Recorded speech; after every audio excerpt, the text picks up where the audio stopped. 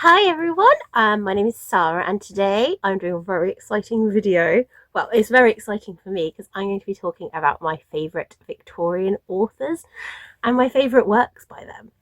Now obviously this is not a conclusive list because I've not read all the 19th century literature, which obviously encompasses, when we talk about Victorians, 1837 to 1901, and that is the end of my history lesson, don't worry.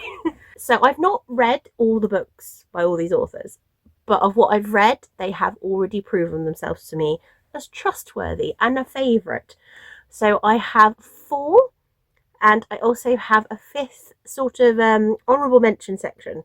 We're just going to go straight in and start with my honourable mentions. Now, the reason these are honourable mention is because I've not read enough books by them to conclusively say, or maybe I've read one of their books and I have loved it, but the others haven't quite lived up to the same expectation yet. So, but I'm going to start with one which I do consider maybe my second or third favourite Victorian classic and would still be counted in one of my favourite books of all time, and that is North and South by Elizabeth Gaskell. I just love it. I love it. This is just such a fantastic look at industrialisation, the North-South divide, the incredible relationship between Margaret and John, and any book that gets an adaptation where Richard Armitage gets to play a swoon-worthy, which, to be honest, that is his natural default, swoon-worthy.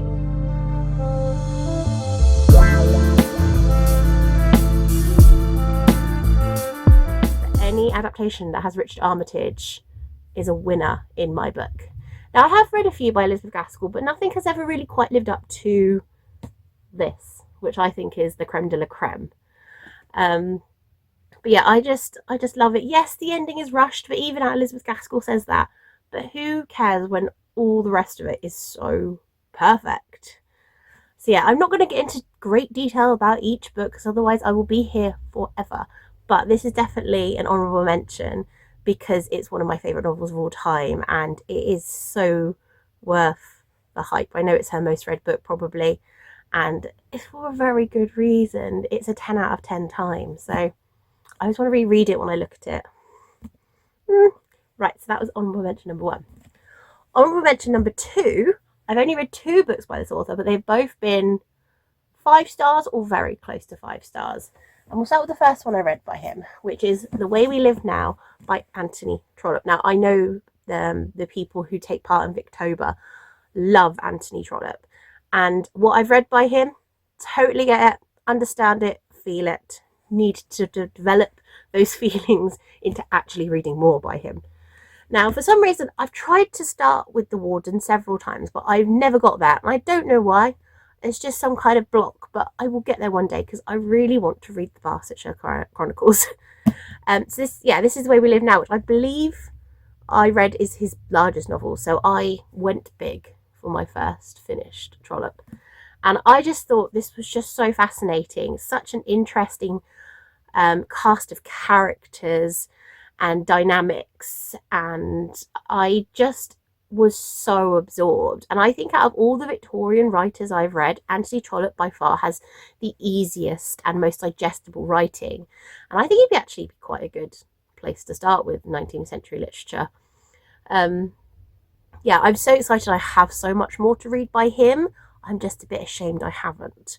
But the other one I'm going to mention, which I also loved, was Can You Forgive Her? Again, I just went big. The Warden is so tiny. Why do I keep going so big? But anyway, I loved it. I think this is the first in the Palaces. And again, I loved this. This about a woman who the reader and her friends are trying to decide whether what she's done is forgivable or understandable. And I just, again, was completely lost in it and was constantly changing my mind about whether I thought what she was doing was right or not. And I also found that in this book with the name Plantagenet Palliser, it really is a peak 19th century literature name. Almost rivals Dickens names, but not quite. So yeah, so I will continue with the Pallisers, but I probably should read the Barsetshire Chronicles first. But anyway, nonetheless, I absolutely loved it. And I think he's going to become a favourite because if both of these have been basically 5 stars, especially this one. I think I'm going to have a grand time. I just need to get over my fear because he has so many books. But yeah, honourable mention number 2. Honourable mention number 3 is Thomas Hardy with The Mayor of Casterbridge. Now again, I've read a couple by Hardy. I've read Far From the Madding Crowd, which I did really enjoy, and Tess of the D'Urbervilles, which depressed me no end, but I know he's a depressing author, but it's still a good book. But this one, I love this one because of the plot synopsis. What do you mean this guy sells his wife and child and then still several decades later is now a successful mayor? What do you mean? How did that happen? And that's what you find out in this book. Now, obviously, what everyone talks about with Thomas Hardy is, for me anyway, the description of country. You know, this man loved Dorset. And whilst obviously this is his own created version of Dorset, it's so clear. Everything is so vibrant, so vivid, so definite in your mind of what he's describing. And I think his writing is his strongest point for me. But this story was just really fun. I just had a great time. My buddy read this with one of my friends, and we loved it. Honourable mention, because I think if I read more, he could become a favourite, or if he's just going to be one of those, like a solid good time read. When I say good time, they are depressing. He's not known for his cheerfulness, but this one I just love, and I wanted to mention. And then my last honourable mention is the one that actually started my love of Victorian classics, Jane Eyre. Yeah. I'm sure this is the starting place for a lot of people, but it's a favourite for a reason. I read this, I don't know, 9-10 years ago, and I just thought, yeah, I get it, but I have not read anything else by Charlotte Brontë yet. I still have not read anything. I have read books by the other Brontes. I read Wuthering Heights, loved it. I'm team, I think that book's great. I know it's very divisive. I've read The Tenant of Wildfell Hall, again, fantastic. And actually, out of the 3 Brontes, I do think Anne is perhaps the most approachable for a first time. And I've loved them all. But yeah, Jane Eyre has to have a special mention as being the author that made me realise that I liked classics. Because I've always known I liked Jane Austen, because I've been reading her since I was a teenager, but I think that's thanks to like the BBC miniseries and then reading the books after. But it took me a long time to realise that I liked classics, and now I just love them. I always just have a sense of happiness because you learn a lot with classics. I'm a history graduate. I studied history at university, and so for me, a 19th century novel not only has great storytelling, dramatics and melodrama, but also you learn a lot about the time because they were living it. It's all very well and good reading a non-fiction book about Victorians, but often you can't go wrong with learning about them by the people who were living it. So those are my honourable mentions. Now I'm trying to decide which one to talk about first, because I've got 4. Should we go with the big one? Should we go with the man, the myth, the legend? Shall we? Do you know who I'm talking about? You might have an idea. It's Dickens. It's Dickens. I know, again, not everyone gets on with Dickens' style, but I know he's pretty popular, especially with certain Victober hosts. But I'm team, I love him. I love how mad he is. I love how often complex his stories are, yet they make sense. There's always a reason. And I just can't fathom the brain he had. The names he came up with, I just love them. I haven't read all of them. I've still got a long way to go, but I've read enough that I consider him one of my favourites. Obviously, Christmas Carol is a fantastic time. Any book that gets a Muppet adaptation means it's a 10 out of 10 book in the first place. Any film that's got Miss Piggy in threatening Ebenezer Scrooge to rise him right above the pavement, and I am about to raise you right off the pavement, is a 10 out of 10 time. So yes, Christmas Carol, obviously, fantastic time. My other favourites by him, I'm just trying to, the copies I have of my Dickens are all these, which my mum collected for me in a magazine subscription. but they're faded because I've had them for a long time, so you can't see. So I'm trying to show you the cover, the sort of, there we go.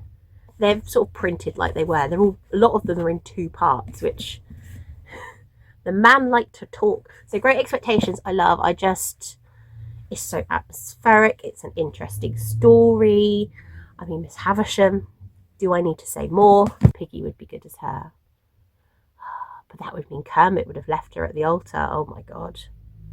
No, sorry doesn't cut it. You left me standing at the altar! I got cold feet. You're a frog. You're supposed to have cold feet. There's much to think about. The second one I'm going to just briefly show. Bleak House. I think Bleak House was my first that wasn't Christmas Carol. I've read a Christmas Carol several times, but it took me a while to actually start a full length Dickens, and this was it. And I just, again, loved it. We have one of the early detective stories. It's just so gloomy and mysterious, and you'll kind of see with the authors that I like that sort of thing. If you watched any of my other videos, you'll know that I like the dramatic. I mean, I have a crow light. I saw this in Lidl's a few weeks ago and I didn't buy it, and I kept thinking about it. And then when my husband went to Lidl's and we were doing a shopping list, I said, put on the shopping list crow light. Can you just imagine? Oh, anyway, that's not important. I don't need to talk about crows. David Copperfield, which might be my favourite actually. I loved David Copperfield and how varied I felt about the characters. How often I wanted to punch, but yet hug them at the same time. I'm talking to you, Mr. Micawber. Ah, what a man, what a man. And then we have here Little Dorrit. I like the setting of this one. Jail, very interesting. I have read a couple of others, but these were my favourites. So yeah, I consider Dickens one of my favourite Victorian authors because you just learn so much about society. You know, we all know that he was incredibly interested in class differences and things like that. And I just think he does it so well. And I always have a fantastic time reading him. So, who next? I think we will go with Sheridan Le Fanu. Oh, this is a lovely edition of Carmilla. I started with Carmilla a few years ago, the precursor to Dracula, Sapphic, vampire. I mean, it's short, it's spooky, it's atmospheric, it's perfect. I love it. And I followed that up with this collection, the Gothic Tales, which is one of those gorgeous British Library editions one of my friends gave me. And I thought, yep, I'm into him. His stories are insane. He's a madman. And often you do see some like themes repeated, but I think if you know you can do something well, just keep doing it. And then last year's one was Uncle Silas, which there's definitely a story in here which felt like a precursor to this. Felt like I came up with an idea and thought, actually, I could turn that into a novel. I'm not going to tell you which. That would be a spoiler. But this one, whoa, the drama, the hysterics. I think he's just such a great time. I just love drama. I love all the drama, Mick. I just think you can't really go wrong with reading Sheridan Le Fanu if you just want a really fun time. You're not going to get loads about class commentary and social stuff, but you will have a great time wondering what the hell's going on. And is everyone just evil in his books? Is everyone mad in his world? Oh, I mean, pretty much. But yeah, I'm easily pleased, and I just love the Gothic. And so I consider him one of my favourites because I always have fun. You know, you have favourites for different reasons. It could be their favourites because you think their writing is impeccable. You can think that their setting and their world building is fantastic. But sometimes a favourite is just a favourite because you've had so much fun reading them. And that's the joy of reading. You can take from it what you like. Now, number 2. This is tricky because for ages I would have said this person was my favourite Victorian author. But now I'm not sure. I'm going to mention... Okay, alright. So, my second favourite Victorian author, but the winner of my favourite Victorian novel ever is drum noise. I can't do drums. George Gissing. New Grub Street is my favourite Victorian novel. I love it. I read this for the first time during lockdown, and it was the first book in a while that just took me away. I was enraptured. I adored it. I think the look at the publishing world was just so eye-opening. I found like seeing the differences between the struggling writers in Grub Street and the sort of the reviewers who are, you know, having their fine dining at their lunch clubs, just so interesting, and how just a few lines by a critic could make or break someone's career. And I just love it. I don't really have enough words to say that I just love it. It's one of my favourite novels of all time. I followed that up by another absolute banger, The Odd Woman. I mean, I'm going to read you a passage. This is a book about new women, you know, women who wanted suffrage, equality, more rights, that sort of thing. I am a troublesome, aggressive, revolutionary person. I want to do away with that common confusion of the words womanly and womanish. And I see very clearly that this can only be effected by an armed movement, an invasion by women of the spheres which men have always forbidden us to enter. There's so many great quotes. I don't tab many books, but I tabbed this one. And one of the things that I found interesting with what I've read by George Gissing, I've also got this to hand, which is The Day of Silence and Other Stories. I've read all of George Gissing's short stories, and I think they're good. And also Eve's Ransom, which I've not got off the shelf. But one of the things I find really interesting about George Gissing is his relationship to marriage and how he portrays it, and how I get the sense that he did not like marriage. I read a little bit about his personal life. It seems like he didn't have a great personal experience of it. But he writes about marriage in such a fascinating, negative, pessimistic way. And they're not happy books. They tend not to be happy books. There's always some kind of misery. They're realistic, you know. There's no fairy tale endings in a Gissing, but there is a lot of learning and a lot of just fantastic writing. I mean, there's a line in New Grub Street which I wrote down when I read it at the time, which is, life is a huge farce, and the advantage of possessing a sense of humour is that it enables one to defy fate with mocking laughter. And that kind of, it's hard not putting you in first place. Maybe I should have. I don't know. Maybe they're joint first. I could do what I want. But I just really do urge people to read George Gissing. He's so fantastic. And again, I've got so many to explore. I've got quite a few behind me. You can't see. I'm sat in front of them. But I really look forward to continue. It's been a while. But you have to kind of be in the right frame of mind, because they're often quite bleak. And sometimes, especially now I have children, power's gone.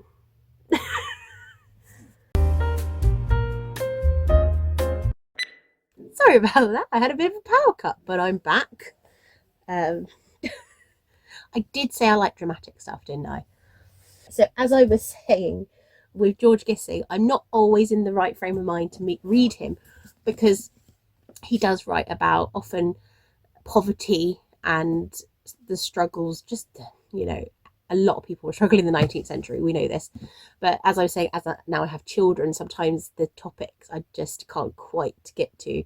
It's like, is it the Netherworld? I tried to start reading it after my first was born. I thought, nope, not right now, nope. But one day I'll get to it. And there's plenty of other George Gissing I can read. But yeah, I love him.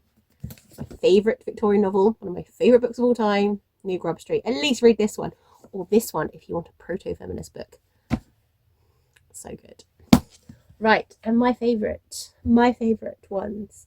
What's it gonna be? What you might have, if you've watched any of my other Victober videos, you might have guessed, but it is Wilkie Collins. I love Wilkie Collins.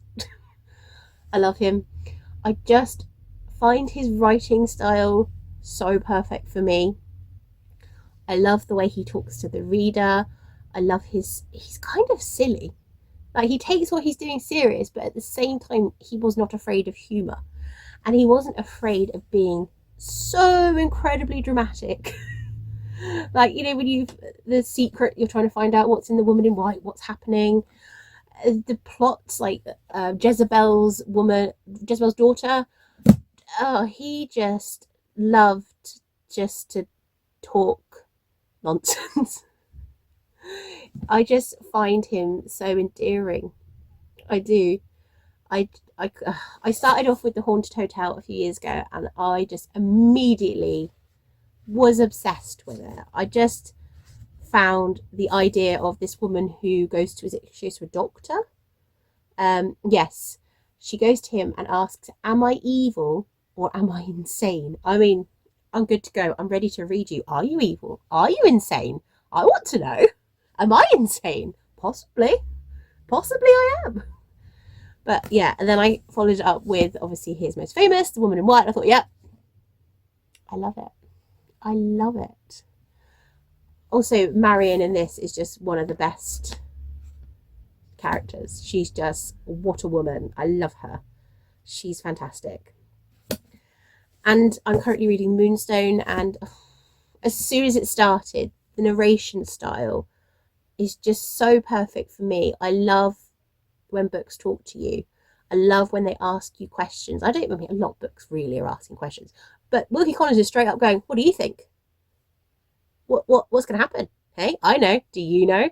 You don't know. I know. He's teasing me, and I like that. I like that he's teasing me, and he's trying to get me to work out. And I'm like, I can't really follow what you're trying to tell me in that big old silly brain of yours, Wilkie Collins. And yeah, I have the most fun time with him. I think they're so atmospheric. I think his writing is just joyful. His plots are often a bit weird. I have such a huge soft spot in my heart for him. And every time I think about the book when I'm reading one by him, I'm so excited to return. I always put on like an ambience in the background. I block out everything that's going on, and I'm like, right, me and you, Wilkie, we're going to have some solid time together. And you're going to make me laugh at some point, because he always makes me laugh. And I think he's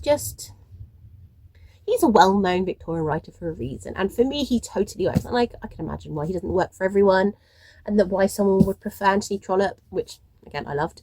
But for me, he suits me, and I love him dearly. So yeah, not really like an in-depth, detailed look at why I love all these authors and why I love these books. But sometimes I just find it really hard to talk about things that I love, because it's almost personal, and I don't want to reveal all of my soul to you. I want to keep that inside me sometimes, and it can just be hard to put the words together as to why they mean so much to you. And Wilkie Collins and George Gissing, Sheridan Le Fanu, Dickens, I just love them all, and they all belong inside my little bookish heart. And every time I read one by them, I'm just having such a great time. And I'm so excited that I have more by all of them to read.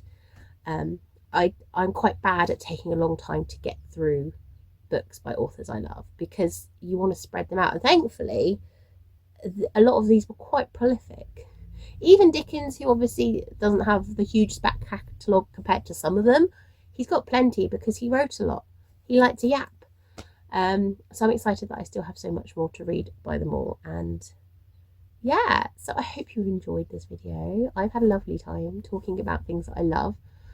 It's good just, you get an idea of the things I enjoy, and these are the things that I more than enjoy.